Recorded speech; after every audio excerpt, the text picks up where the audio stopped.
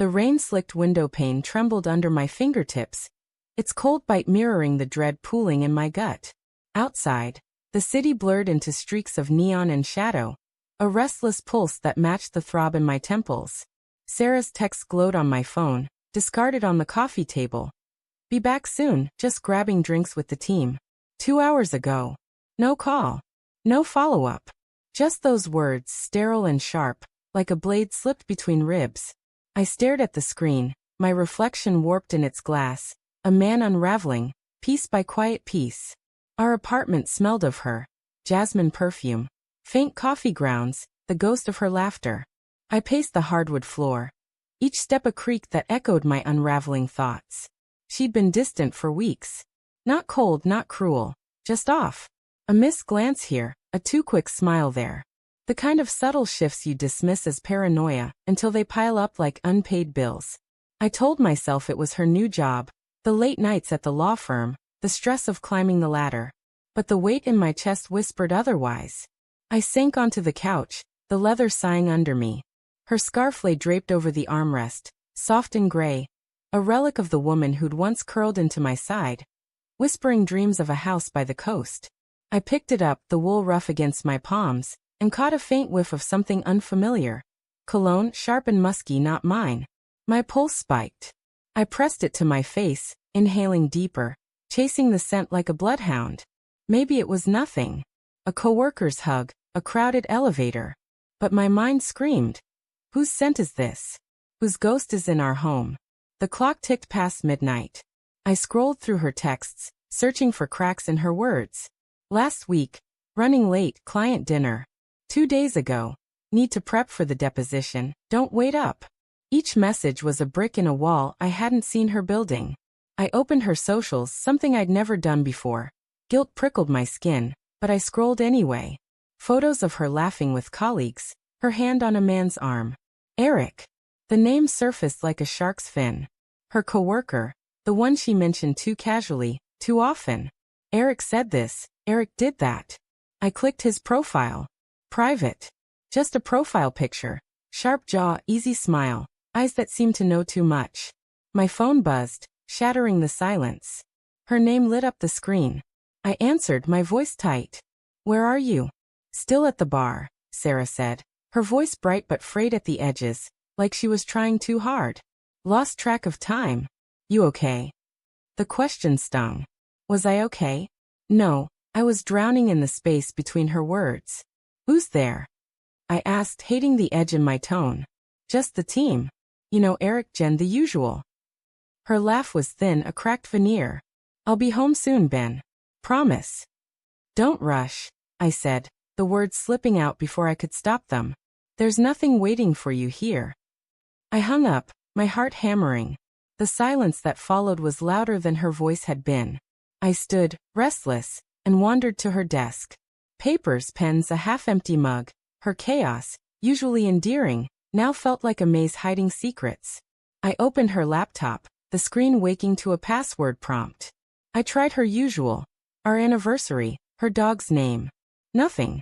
My fingers hovered, then typed Eric. The screen unlocked. My stomach lurched. Her email was open. I scanned the inbox, each subject line a jab. Case notes, meeting reschedule, drinks tonight?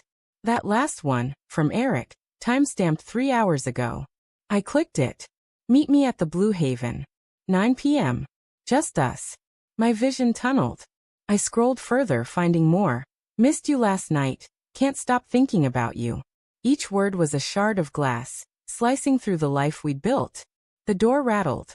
I froze, the laptop's glow casting my shadow on the wall. Sarah stepped in, her coat dripping, her face pale under the hallway light. Ben. Her eyes flicked to the laptop, then back to me. What are you doing? I stood, my hands trembling. Who's Eric? Her lips parted, but no sound came.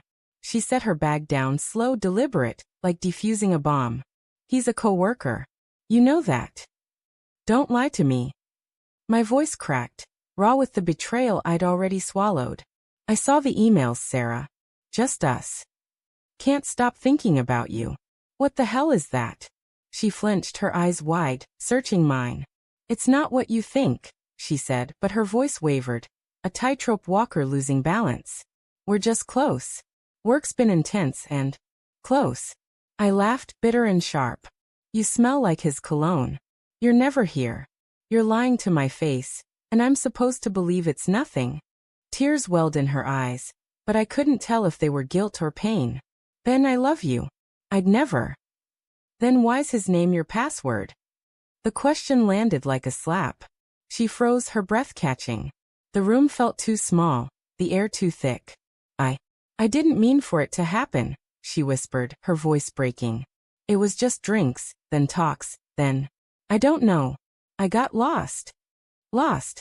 My chest burned, anger and grief colliding. You didn't get lost, Sarah. You chose this. Every step, you chose him over me. She reached for me, but I stepped back, the space between us a chasm. I didn't want to hurt you, she said, tears streaming now. I was going to end it. I swear. I wanted to believe her. God, I wanted to. But the cologne, the emails, the late nights, they were a map of her betrayal, drawn in ink I couldn't unsee. You already did, I said, my voice barely above a whisper. You broke us. She sank to the floor, sobbing, her hands clutching her coat like a lifeline. I stood there, hollow, watching the woman I loved unravel. Part of me wanted to hold her, to pretend we could stitch this back together. But the other part, the one that tasted her lies, knew better. I grabbed my jacket, the keys jangling in my hand. I'm leaving, I said, the words heavy, final. Don't follow me. Ben, please, she begged, her voice raw. We can fix this. I paused at the door, the rain pounding outside like a drumroll to my exit. You fixed it already, I said, turning to face her one last time. You chose him. Live with it. I stepped into the storm, the cold biting my skin, and kept walking. Behind me, her sobs faded into the city's hum. But as I turned the corner, my phone buzzed. A text from an unknown number. She's not worth it, man. Trust me.